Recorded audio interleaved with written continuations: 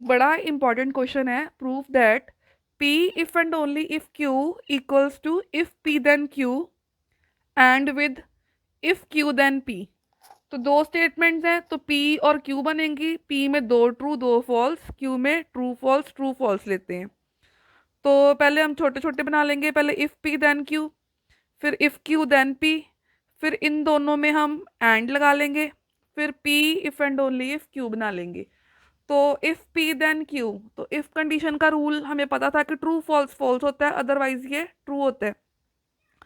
अब हम P और Q में इफ लगाएंगे। P और Q में इफ मतलब ट्रू फॉल्स का आंसर फॉल्स देखेंगे।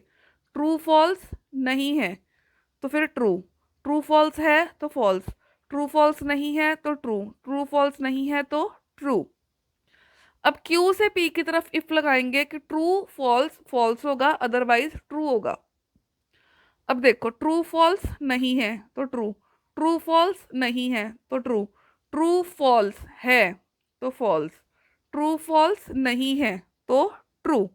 अब हमने इन दोनों पे एंड लगाना है। एंड का रूल हमें याद है कि ट्रू ट्रू ट्रू होता है, अदरवाइज ये फॉल्स होता है।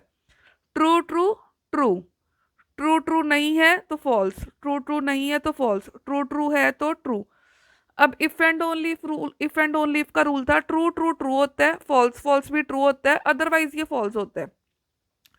ट्रू ट्रू है तो ट्रू, ट्रू ऑपोजिट है तो फॉल्स, ऑपोजिट है तो फॉल्स, सेम है फॉल्स फॉल्स तो ट्रू, ट्रू ट्रू भी ट्रू होता है और फॉल्स फॉल्स भी ट्रू होता है इफ एंड ओनली में।